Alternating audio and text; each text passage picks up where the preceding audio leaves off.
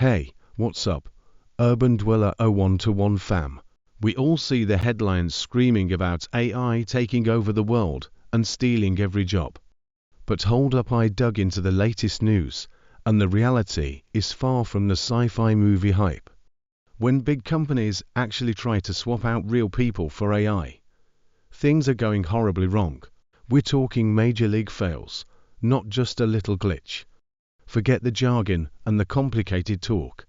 I've got the scoop on the real reasons why this whole human replacement thing is a fundamentally bad business idea right now. Let's dive into the 7 massive fails, proving that AI just can't hack it. Yet. 7 reasons why replacing humans with AI is failing. 1. The AI mess-up machine, aka unreliability. Remember the Taco Bell drive-thrus? They brought in AI at over 500 spots to speed things up, but instead, they got chaos. McDonald's even had to scrap their AI experiment because it was so unreliable. We're talking mistakes like bacon on ice cream, or accidentally ordering hundreds of dollars worth of chicken nuggets. The bottom line, AI gets things wrong a few % of the time, and when you're serving customers, a few % is a disaster. 2. It's a 95% failure rate.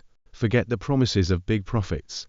A major MIT report looked at how companies were using AI and found that most pilots are stuck with no measurable profit.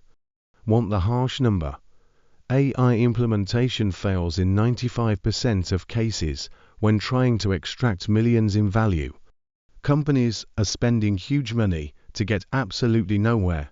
Talk about a poor return on investment. 3. The AI just makes stuff up, hallucinations.